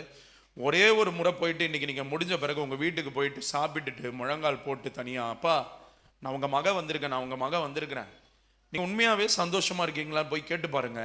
அழுவ ஆரம்பிப்பீங்க. ஆண்டவர் சந்தோஷமாலாம் இல்லை. நம்ம தான் நினைக்கிறோம் அவர் சந்தோஷத்தை கொடுக்கிறாரு, ஆனந்த கழிப்பின் தைலத்தை கொடுக்கிறாரு, ஆனந்த மகிழ்ச்சி அபிஷேகத்தை எல்லாத்தையும் கொடுக்கிறாரு தான். ஆனா அவர் ஆனந்தமா இருக்கிறாரா? ஆத்துமாக்கள் அழிந்து கொண்டிருக்கும் போது, ஆத்துமாக்கள் விலையேற பெற்ற அவர் ரத்தம் சிந்தி சம்பாதிக்கணும்னு வச்ச ஆத்துமாக்கள் செத்துக்கிட்டு இருக்கும் போது, நரகத்துக்கு நேரா போயிட்டு இருக்கும்போது அவர் சந்தோஷமா இருப்பாரு நினைக்கிறீங்க? நீங்க போய் கேட்டு பாருங்களேன். ஆண்டவர் நீங்க ஹாப்பியா? Are you happy? ஏசப்பா உங்களுக்கு சந்தோஷமா? அப்பா நீங்க சந்தோஷமா இருக்கிறீங்களா, நிறைவா இருக்கிறீங்களான்னு அவர்கிட்ட போய் நீங்க கேளுங்க. உங்க கூட ஆண்டவர் பேசுவார். அவர் கண்ணீர் துளி உங்க மேல விழும். ஆண்டவர் சந்தோஷமா இல்லை, அவருக்காக அவரை தேடி போற கூட்டம் குறைஞ்சு போச்சு ஐயா. இன்னைக்கு ஊழியக்காரங்களாம் வந்திருக்காங்க, ஊழியக்காரம்மா வந்திருக்கிறாங்க.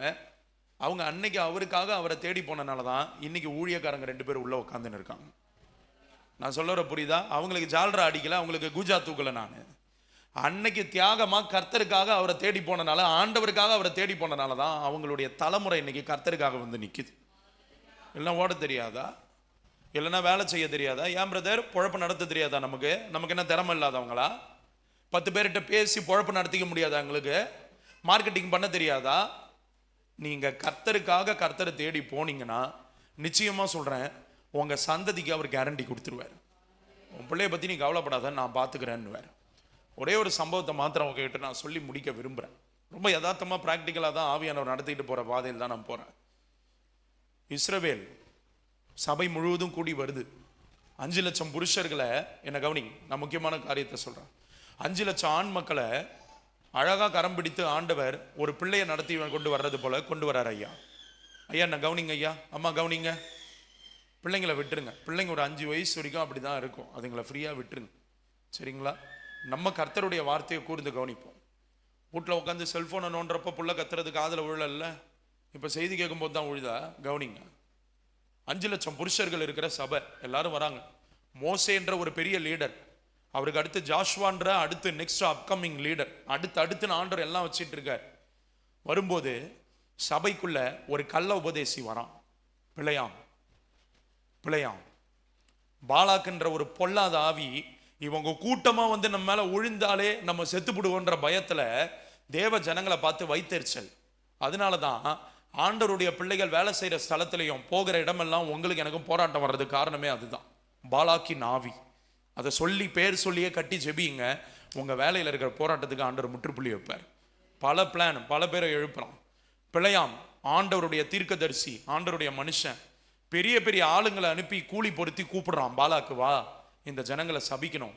நீ சபிக்கிறவர்ல நான் சபிப்பேன், நீ ஆசீர்வதிக்கிறவர்ல சொல்லுங்க ஆசீர்வதிப்பேன் ஆண்டவர் சொன்னனால கர்த்தருடைய ஊழியக்காரனை கூப்பிடுறப்ப ஆண்டவர்கிட்ட போய் கேட்கிறப்ப ஆண்டவர் சொல்றாரு நீ போகக்கூடாது. ஆமேன்னு சொல்லுவீங்களா? ஓகேன்னு விட்டார். அடுத்த நாள் இப்ப அனுப்புனதை விட தூது பெரிய பெரிய ஆட்களை, பெரிய பெரிய லெஜண்டு, பெரிய பெரிய ஆட்கள்லாம் அனுப்புறான். நம்ம லாங்குவேஜ்ல சொன்னா எம்எல்ஏ எம்பி எல்லாம் அனுப்புறான்.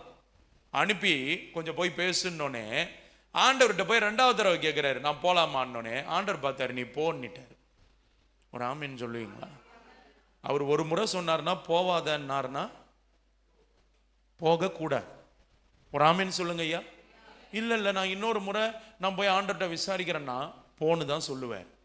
ஆனால் அதனுடைய முடிவு, மனுஷனுக்கு செம்மையாய் தோன்றுகிற ஒரு வழி உண்டு, அதனுடைய முடிவோ புரியுதா தங்கச்சி?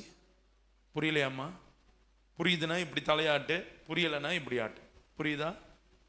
என்ன அக்கு புரியுதா அம்மா? புரியுதா அம்மா? அம்மா தங்கச்சி ஒன்று தான் கேட்குறேன், உங்கள் அம்மா தலையாட்டுறாங்க, நீ சொல்லு. புரியுதா? அங்கிள் பேசுறது புரியுதா? பிரதர் புரியுதா?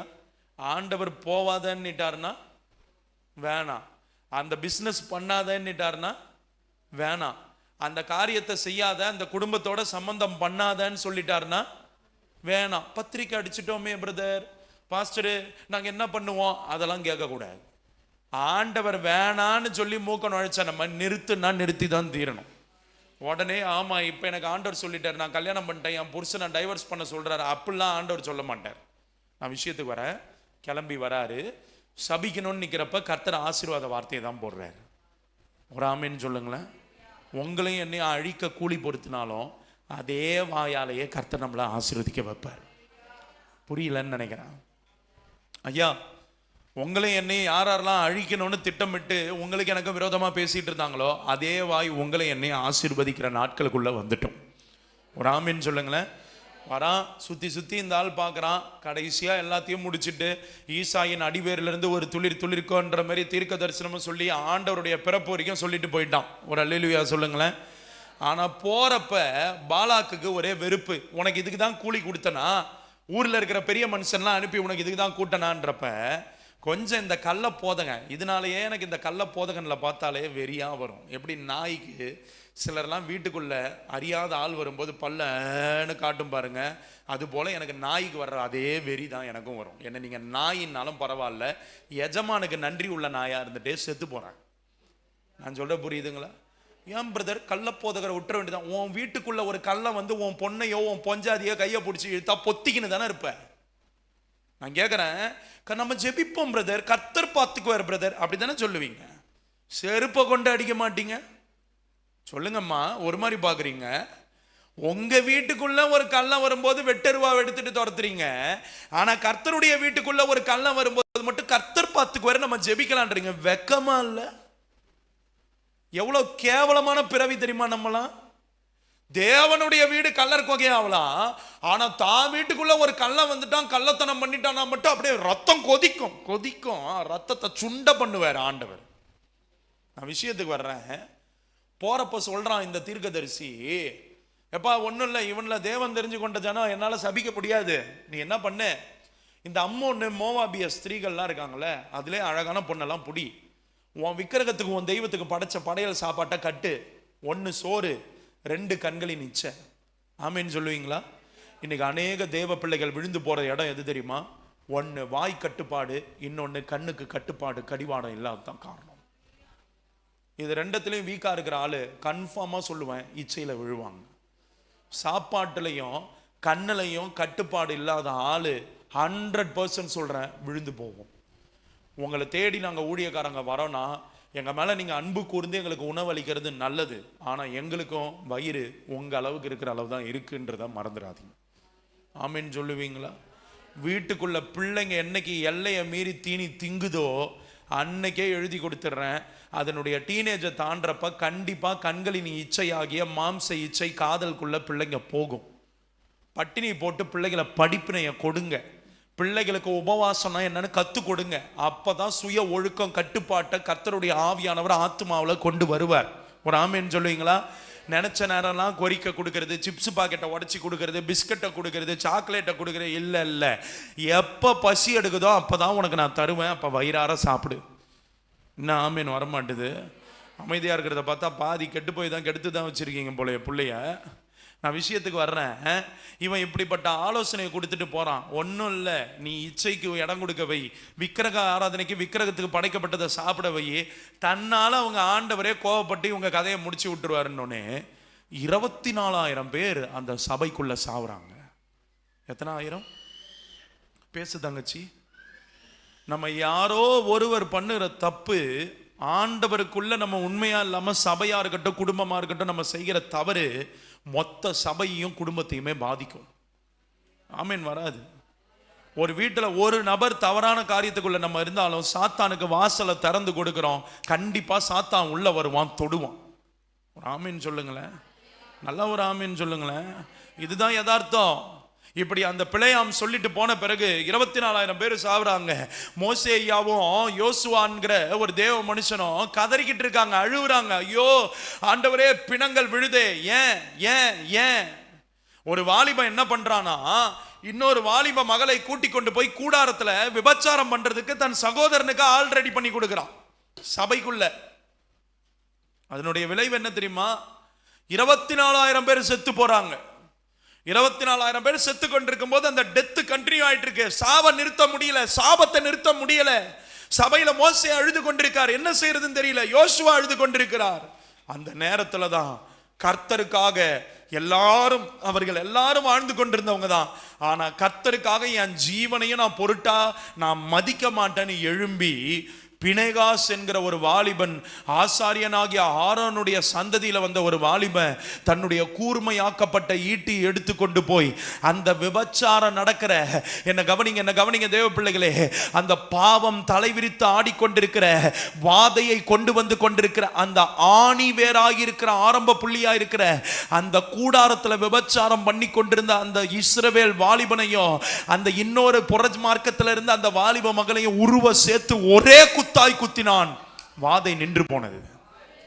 இன்னைக்கு சபைக்குள்ள இதை தவிர மத்த எல்லாமே பண்றோம். கண்ணீரோட ஜெபிக்கிறோம், ஆண்டவரே FCRஐ கொண்டு வந்து எங்களை முடக்குறாங்க ஆண்டவரே. ரைட்டு தான், ரைட்டு தான், முடக்கிறதுக்கு பாபிலோனின் ராஜா வரான், கோரேஸ் நேபுகாத்நேச்சார் வரான் தான். அதே மிஷினரிகள் கட்டி வச்சுட்டு போன ஸ்தாபனத்திலையும் சபைகள்ல இருக்கிற சொத்தை கொள்ளை அடிச்சானே உள்ள இருக்கிற பிஷப்பும் ஊழியக்காரனும், அப்ப வாயில என்ன வாழைப்பழத்தை வச்சுக்கின்னு இருந்தோம். அப்பா ஆண்டவரே, இந்த மிஷினரிகளுடைய சொத்தை கொள்ளையடிக்கிறானே, எங்க அம்மா ஐடாஸ் கடர் கட்டி வச்ச சிஎம்சில திருடுறானே, அந்த இடத்துல துரத்தனம் பண்றானே. ஒரு உலகத்துக்குள்ள இருக்கிற துரத்தனம் கூட இப்படி கூட உலகத்தான் கூட துரத்தனம் பண்ண மாட்டான். சிஎம்சில அவ்வளவு அந்த எப்படி சொல்றதுன்னா பவரை மிஸ்யூஸ் பண்ணாங்களே. அன்னைக்கு கிறிஸ்தவ மிஸ்யூஸ் பண்ணப்ப இந்த வாய் எங்க போச்சு ஜெபிக்கிறதுக்கு? யோசிச்சு பாருங்க. இன்னைக்கு FCRA வருது, ஜூலைல 3ஆம் வாரத்தில் வருது, நிறுத்தணும். எதுக்கு? உள்ள கொள்ளை அடிச்சப்ப தெரியலையா? எமிகார்மைக்கிலமா இருக்காங்களே, எத்தனையோ ஏக்கர் கணக்காக எல்லா காரியங்களையும் அவங்களுடைய தியாகமாய் சொத்தெல்லாம் வித்து வாங்கி போட்டு ஊழியம் செய்தாங்களே, இன்னைக்கு கூறு போட்டு அதை தின்னுகிட்டு இருக்கான் ஊழியக்காரன். தெரியுமா? வேதனைக்குரிய காரியம். இன்னைக்கு CSI சபைகள்ல பள்ளிக்கூடம் நடக்குது, அதுல டீச்சர்ஸ் நியமிக்கும் போது எல்லா பிஷப்பும் எல்லா ஊழியக்காரங்களும் இல்ல, ஒரு கூட்டம் எத்தனை லட்சம் லஞ்சம் கேக்குது தெரியுமா? அப்ப தெரியல அவங்களுக்கு FCRA முடங்குன்னு. உள்ள இருக்கிற சொத்தை சுரண்டி ஒரு நோய் கிருமி கேன்சர் போல தின்னுகிட்டு இருந்தோமே கிறிஸ்தவங்க, அப்ப தெரியலையா? இன்னைக்கு FCRAக்கு எதிராக சட்டம் வருதுன்றப்ப அதை தடுத்து நிறுத்தும். முதல்ல உள்ள இருக்கிற கையூட்டையும் உள்ள இருக்கிற லஞ்சத்தையும் பவரை மிஸ்யூஸ் பண்ற அதிகாரத்தை துஷ்பிரயோகம் பண்ணுகிற கூட்டத்தையும் இன்னும் உட்காந்து ஆண்டவருடைய நாமத்தை வீணில வழங்குற வெள்ளை அடிக்கப்பட்ட கல்லறைகளையும் வெளியே எடுங்க. எவன் FCRA போட்டு தடுக்கிறான்னு நான் பார்க்கிறேன். ஆண்டவர் சொல்றாரு, நீ எப்பப்பெல்லாம் என்னை மறந்து எனக்கு துரோகம் பண்றியோ அப்பெல்லாம் உன்னை சிறைப்பிடிக்கிறதுக்கு பாபிலோன் ராஜாவையும் கோரேசையும் நேபுகாத்நேச்சாரையும் அனுப்புன்றாரு. அதுதான் இந்த காலம். FCRA வருதில்ல, எதிராக சட்டம் தடுக்க முடியாது, வந்தே தீரும். அதுல உண்மையுள்ள ஊழியர்களும் பாதிக்கப்படுவாங்க, ஒண்ணுமே பண்ண முடியாது. அன்னைக்கு திருடி தின்னப்ப நல்லா இருந்தது இல்ல, என்ன கவனிங்க. அன்னைக்கு லஞ்சம் பிச்சை எடுத்து தின்னப்ப நல்லா இருந்தது இல்ல, இப்ப FCRAக்கு விரோதமா சட்டம் வந்தே தீரும். சபை மனம் திரும்பினா மட்டும்தான் கர்த்தரே இறங்கி அடிப்பாரு, புழு புழுத்து சாவுவான், எந்த எவ்வளவு பெரிய ராஜாவா இருந்தாலும். சபை மனம் திரும்பணும்னு ஜெபியுங்க. சபையில இருக்கிற ஒவ்வொருத்தரும் யோக்கியனா இருக்கணும்னு ஜெபியுங்க. கமிட்டிகள் சுத்திகரிக்கப்படணும்னு ஜெபியுங்க. பிஷப்புகள் சுத்தமுள்ளவர்களா இருக்கணும்னு ஜெபியுங்க. கர்த்தர் யுத்தத்தை கையில எடுப்பார். அல்லாஹ் ஒரு ஆமென் சொல்லுங்க. பினேகாஸ் பண்ணது வேற எதுவும் இல்ல, ஈட்டி எடுத்தாரு. ஐயா பாஸ்டர் நான் போய் குத்தலாமா? பாஸ்டர் ஐயா நான் போய் குத்தலாமா? யாருக்கிட்டையும் கேட்கல.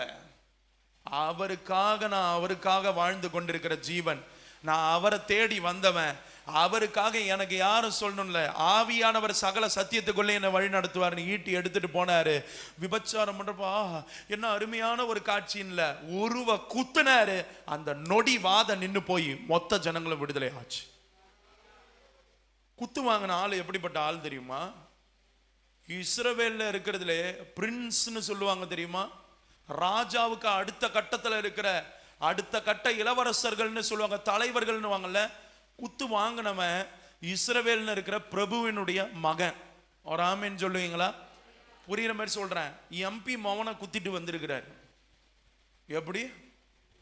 இவர் குத்துனது வேற யாரும் இல்ல. ஒரு எக்ஸாம்பிளுக்கு சொல்றேன், வேற மாதிரி நான் கோத்து விட்டுறாதீங்க. தமிழ்நாடு கேரளால இருக்கிற 2 MP, அதுல தமிழ்நாட்டில் இருந்த MP மோகன ஒரு குத்தம், கேரளால இருந்த அந்த MP மகளும் சேர்ந்து 2 பேரும் பெரிய இடத்து சமாச்சாரம். என்ன இடத்து சமாச்சாரம்? பெரிய இடத்து சமாச்சாரம் நடக்குது சபையில. நீ எந்த இடம் வேணாலும் இரு, உன்னை விட பெரிய ஆண்டவருக்காக வாழ்ந்துட்டு இருக்கவன் நான் ஈட்டி எடுத்துக்கொண்டு போய் உருவ குத்துனாரு. கர்த்தர் கதையை முடிச்சிட்டாரு. ஐயோ இது நிமித்தம் எனக்கு என்ன விலை? உடனே நீங்களும் கத்தி எடுத்துன்னு போய் யாரையா குத்திராதீங்க. ஆவிக்குரிய அர்த்தத்துல சொல்றேன், முழங்கால்ல நின்று உருவ குத்துங்க, சர்ப்பங்களையும் தேள்களையும் மிதிச்சு நசுக்கி தூர எரிஞ்சு போடுங்க, கர்த்தர் ஜெயம் தருவார். அவருக்காக அவரை தேடின மனுஷன் பினகாசு. எனக்கு பின்விளைவு என்ன வரும்? எங்க அப்பா அம்மாலாம் என்ன பண்ணுவாங்க? அவங்கள ஏதாவது பண்ணிடுவாங்களோ, என்ன ஏதாவது பண்ணிடுவாங்களோ, அந்த பயம்லாம் அவருக்கு கிடையவே கிடையாது.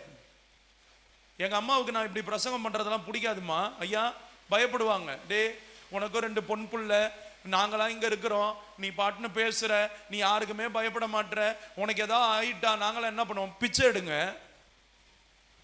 ஐயா. பிச்சை எடுத்து தான் தின்னா, பிச்சை எடு. ஒண்ணு செத்துற மாட்டோமே. ஊழியக்காரன் சந்ததியை பிச்சை எடுக்க விட்டுருவாரா என்ன? கொலை மிரட்டல் கூட தான் இருக்குது. உன்னை ஒழிச்சிருவோன்றாங்க. எத்தனையோ பெண்களை செட் பண்ணி விட்டு விபச்சாரிகளை அனுப்பி பேச வைக்கிறாங்க, இச்சையா பேச வைக்கிறாங்க. மரியாதையா ஓடிடு, செத்து புடுவேன்னு தான் சொல்லி அனுப்புறேன்.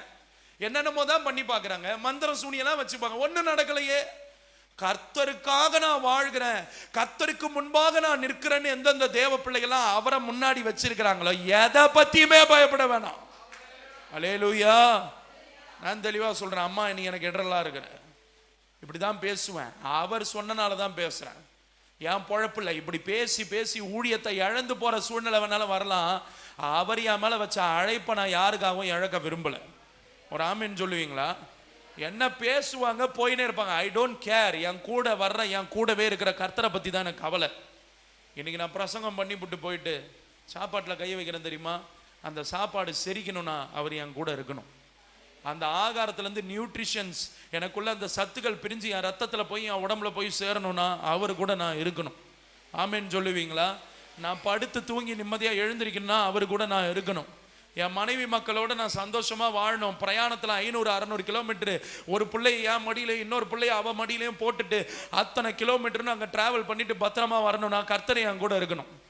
என் கூட அவர் இருக்கணும்னு நான் கவலை பண்ணுமா? இந்த பாழா போன மனுஷியும் இருக்கணும்னு நான் கவலை பண்ணுமா? கர்த்தர் என்னோடு இருக்கணும். ஆமேன்னு சொல்லுவீங்களா? அப்படிப்பட்ட ஒரு வைராக்கியத்தோட போய் குத்துனாரு. வர்ற பின்விளைவை முன்விளைவை பத்திலாம் யோசிக்கல. அந்த தலைமுறைக்கு ஆண்டவர் சொல்றாரு, நித்திய ஆசாரியத்துவத்தை உன் தலைமுறை மேல நான் வைக்கிறேன்ற. இந்த பூமி அழியிற வரைக்கும் உன் பிள்ளைகள் எனக்கு ஊழியம் செஞ்சுக்கிட்டே இருப்பாங்கன்ற நான் விசுவாசிக்கிறேன். அந்த பிணைகாசினுடைய சந்ததி இன்னைக்கும் பூமியில ரட்சிக்கப்பட்டு ஏதாவது ஒரு ஊழியத்துல ஏதாவது ஒரு மூலையில ஊழியம் செய்து கொண்டிருக்கும். கைகளை தட்டி ஆண்டவரை மகிமைப்படுத்துங்க. நல்லா கையை தட்டி, நல்லா பலமா கையை தட்டி. அவர் சொன்ன வார்த்தைகள்ல ஒன்றும் விழுந்து போகாது, அழிந்து போகாது. நீங்க அவரை தேடணும், அவர் கூட இருக்கணும்னா செலுத்த வேண்டிய கிரையம் ஒன்று இருக்கு. ஆமேன்னு சொல்லுவீங்களா? இந்த உலகம் நம்மளை வெறுக்கும், இந்த உலகம் நம்மளை பகைக்கும். கர்த்தருக்காக கர்த்தர்கிட்ட வாங்க. ஆமேன்னு சொல்லுவீங்களா? ஒரே ஒரு காரியத்தை இருக்கிற சொற்ப நிமிடத்தில் சொல்லி முடிக்க விரும்புகிறேன். அதுக்கு முதல் தடையே எது தெரியுமா? இந்த மாம்சம்தான். நீங்கள் ஆண்டவர்கிட்ட போகிறதுக்கு இருக்கிற முதல் பெரிய தடை என்னன்னா, நம்ம சுயம், நம்ம சிந்தை, நம்ம மாம்சம், நம்ம இருதயம் தான். எத்தனை பேர் ஆமேன்னு சொல்லுவீங்க? ஒன்றும் இல்லை, இப்போ வந்துட்டீங்க, கேஸ் ஸ்டவ்வை நிறுத்தினா இல்லையான்னு எத்தனை பேர் மாம்சத்தில் சிந்தை வந்துட்டு போயிருக்கும்? பீச்சுக்கு போகிறப்ப வெளியே சுற்றுறப்பெல்லாம் இந்த ஞாபகம் வராது. ஆனால் சர்ச்சில் உட்காந்து அப்படியே உண்மையே நான் நேசிப்பேன்னு கைகளை அசைக்கிறப்ப தான் உண்மையாகவே கேஸை நிறுத்தினா இல்லையா? வச்ச குழம்பு அடி பிடிச்சி தீஞ்சி கருகி இருக்குமா? இல்லை என்ன ஆயிருக்கும்? இல்லை புருஷன் இத்தனை மணிக்கு வருவார், இவன் எத்தனை மணிக்கு பிரசங்கத்தை முடிப்பான்? இது எல்லாமே என்னன்னா அவருக்காக தேட போகிறதுக்காக என்கிட்ட காணப்படுகிற தடை. ஆமேன். நல்லா ஒரு ஆமேன்னு சொல்லுங்களேன். ஒன்னே ஒன்று மட்டும் நான் சொல்கிறேன். அவரை நான் தேடுறவனா இருந்தேன்னா நிச்சயமா சொல்றேன், என் குடும்பத்தோட நான் சுமூகமான ஒரு உறவை மெயின்டைன் பண்ணிக்கிட்டே இருப்பேன். ஆமீன். வரல, நீங்க உண்மையாவே கர்த்தரை தேடி பாருங்க, உங்க குடும்பத்துக்குள்ள ஒரு பெரிய சமாதானம் இருக்கும். ஒரு சிலர்லாம் நல்லா ஜெபிப்பாங்க, நல்லா பைபிள் படிப்பாங்க, உபவாசம் இருப்பாங்க. ஆனா குடும்பத்துக்குள்ள 24 மணி நேரமும் சண்டை நடக்கும். அந்த ஜபம், அந்த பைபிள் வாசிப்பு, அந்த உபவாசம்லாம் என்ன தெரியுமா? சுயநீதி. சுயநீதி. கர்த்தருக்காகலாம் தேடலை, சுயநீதி. கர்த்தரை நீங்க உண்மையா தேடினீங்கன்னா, கர்த்தரை உண்மையா நீங்க தேடும் போது கண்டடைவீங்க. கண்டடைஞ்சிட்டீங்கன்னா உங்களை சுத்தி இருக்கிற உங்க குடும்பத்துக்குள்ள முதல்ல சமாதானம் இருக்கும். ஆமீன் சொல்லுவீங்களா? அம்மா நான் ஒண்ணே ஒன்று கேட்குறேன், எந்த வீட்டுல சண்டை இல்லை? சும்மா சொல்லுங்களேன். எந்த வீட்டுல பிரச்சனை இல்லை? சண்டையை கூட விட்டுருங்க, பிரச்சனை இல்லாத வீடு எது? நீங்க ஏதாவது ஒரு வீடு சொல்லுங்க. நான் எஸ்தர் என் 2 பிள்ளைகளையும் கூட்டிட்டு வந்து ஒரு 3 மாசம் உங்க வீட்டுல உங்க பாதத்துல உட்காந்து குடும்பம் நடத்துறது எப்படின்னு நாங்க கத்துக்கணும் போறோம். நாங்க கத்துக்கிறோம். நான் தாராளமா, நான் தாழ்மையோட தாழ்த்தி வர்றேன். ஒவ்வொரு வீட்டுக்குமே வாசப்படி இருக்குது. நான் சொல்றேன் புரியுதா? அதான் பெரியவங்க சொல்லுவாங்க, வீட்டுக்கு வீடு வாசப்படி. ஆனா ஒரு பிரச்சனை, ஒரு போராட்டம், சூழ்நிலை எழும்பும் போது இப்ப நான் உண்மையாவே இதுக்கு நான் கோபப்படணுமா, கோச்சிக்கணுமா? உண்மையாவே புது மாப்பிள்ளை போல நான் முடிக்கணும் போகணுமா? இல்லை சரி போனா போது, மன்னிப்போம், மறப்போம், விட்டு கொடுப்போம்னு விட்டு கொடுக்குறோமா? இல்லை இந்த காரியத்தை செஞ்சா இவங்களுக்கு கோபம் வரும், அதனால இதை நம்ம தவிர்த்துக்குவோம்னு நம்ம விட்டுறோமா? இல்ல சரி இவங்களுக்கு நம்ம உதவி பண்ணுவோன்ட்டு ஏதாவது ஒரு விதத்துல உதவி பண்றோமா? நீ பேசினா நானும் பேச மாட்டீங்க. தோத்திரம். ஏசு ரத்தம் ஜெயம். பசியா சிஸ்டர்? நீ 5 வார்த்தை பேசுனா நான் 10 வார்த்தை பேசுவேன். நீ 10 வார்த்தை பேசுனா எனக்கு கை கொஞ்சம் நீளம், இந்த கை பேசும். நான் சொல்ற புரியுதுங்களா? இவர்கள் எல்லாம் எப்படிப்பட்டவங்கன்னா, நான் சொல்றேன் உண்மையாவே அவரை தேடுறவங்களும் இல்லை, அவரை கண்டடைஞ்சவங்களும் இல்லை, பேருக்கு தான் சுத்திக்கின்னு இருக்கிறோம். ஆவியானவர் இன்னைக்கு சொல்றாரு, நான் தைரியமா சொல்றேன், பிரச்சனை வருதா சுமூகமா இறங்கி போங்க. இறங்கி போயும் திருந்தலனா ஒன்றும் பண்ண முடியாது, தோத்திரம் தான் பண்ண முடியும், வேற எதுவுமே பண்ண முடியாது. நான் சொல்ற புரியுதா? ஒரு பிரச்சனை எழும்பும் போது பொறுமையா நீங்க போறீங்கன்னா தைரியமா சொல்லுவேன், நீங்க கர்த்தரை கண்டடைச்சிட்டீங்க, கர்த்தர் உங்க கூட இருக்கிறார். ஆமேன் சொல்லுவீங்களா? நல்லா ஒரு ஆமேன் சொல்லுங்க. இறங்கி வாங்க. ஒரு வாக்குவாதம் வருதா, எங்க அம்மா அடிக்கடி சொல்லுவாங்க, பிரிஸ்லி உனக்கும் எஸ்தருக்கும் வாக்குவாதம் வருதுன்னா அமைதியா எங்கேயாவது வெளியே போயிடு, இல்லைன்னா பாத்ரூம் ஆகுது, டாய்லெட் வருதுன்னு போய் கக்கூசையாவது பூட்டிக்கிட்டு ஒரு 10 நிமிஷம் உக்காரு. ஏம்மா எஸ்தரு, அவன் தான் தெரியுதில்ல, பத்த வச்சுட்டா பாம் போல வெடிப்பான்னு தெரியுதில்ல, அவன் பேச ஆரம்பிக்கும் போதே பிள்ளைக்கு பால் கொடுக்க போனோன்ட்டு நீ போய் உள்ள போய் ரூமை பூட்டிட்டு அமைதியா உட்காந்து ஜெபம் பண்ணு. என் தாய் எங்களுக்கு கொடுக்குற ஆலோசனை அதுதான். இந்த ஆலோசனைக்கு செவி கொடுத்தா குடும்பம் நல்லா இருக்கும். இல்லை நான் வீரசிங்கம்னு மீசையை முறுக்குனா குடும்பம் விளங்கும்னு நினைக்கிறீங்க? சொல்லுங்க சிஸ்டர்.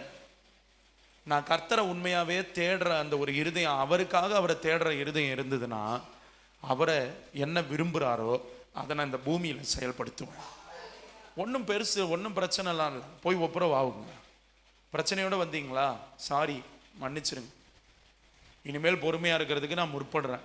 கர்த்தர் இன்னைக்கு என் கூட பேசினார், இதை மட்டும் நீங்கள் சொல்லிட்டு போங்க. நீங்கள் ஆண்டவரோடு கூட இருக்கிறத அநேகர் பார்ப்பாங்க, பார்க்கறது மட்டும் இல்லை உங்களை குறித்து அறிக்கையிடுவாங்க.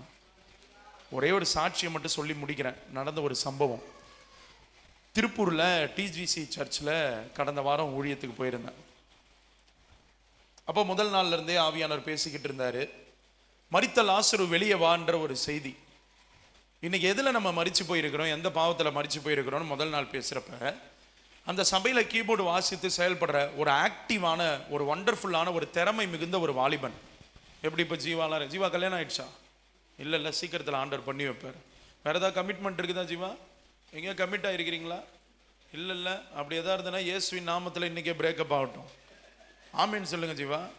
ஆமேன் தம்பி, ஆமேன்னு சொல்லுன்னா அதிர்ச்சியாக பார்க்குறீங்க தம்பியை, எதுவும் கமிட்மெண்ட்லாம் ஆகலையான்னும். அதுபோல் மீடியாவை பார்த்து எல்லா ஊழியத்தையும் சூப்பராக பார்க்குற ஒரு மனுஷன். முதல் நாள் செய்தியை கேட்டுட்டு அவர் முதல் நாள் வரல, கொஞ்சம் மனஸ்தாபம் சபையில் இருந்த சிலரோடன்னு வரல. எனக்கு கவனிங்க.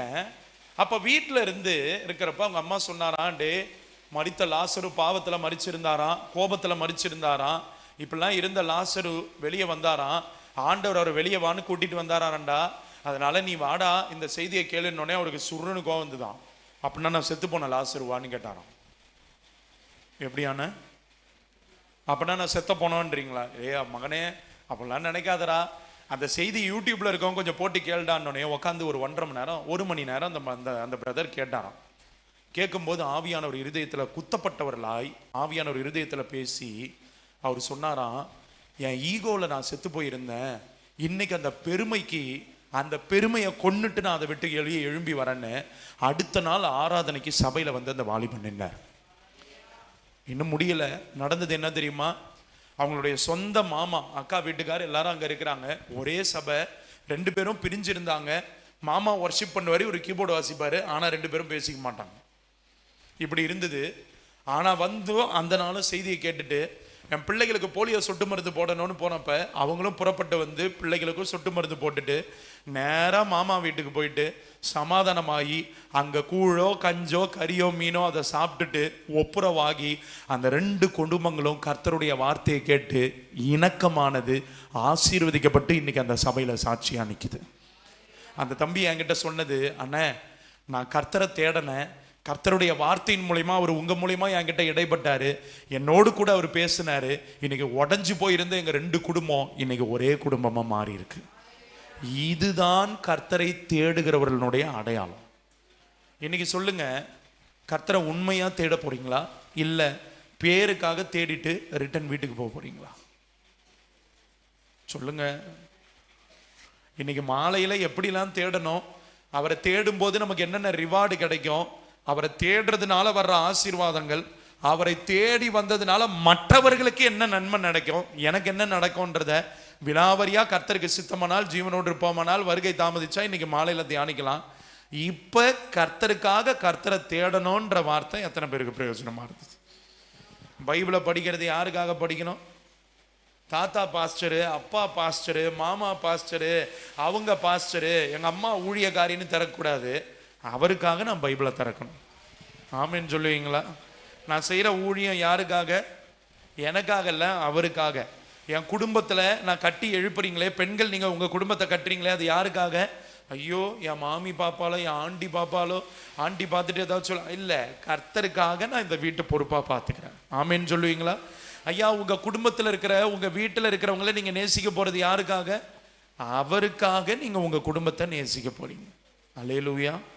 அவருக்காக அவரை தேடுங்க, அவருக்காக வாழுங்க, அவருக்காக அவர் சொன்னதை செய்யுங்க, செயல்படுங்க. கர்த்தர் உங்களையும் என்னையும் நம்மளையும் நம்ம குடும்பத்தையும் சபையும் ஆசீர்வதிப்பார். அவருக்காக பண்ணாலே போதும், மற்றது எல்லாம் தன்னால நடக்கும். ஆமென். எத்தனை பேரோட ஆண்டவர் பேசியிருக்கிறார்? இருக்கிற இடத்துல எழுந்து நிற்போமா? எழுந்து நிற்கலாமா? முடிஞ்சாச்சு, எழுந்து நிற்கலாம். ஒப்பு கொடுத்து ஜெபம் பண்ணலாம்.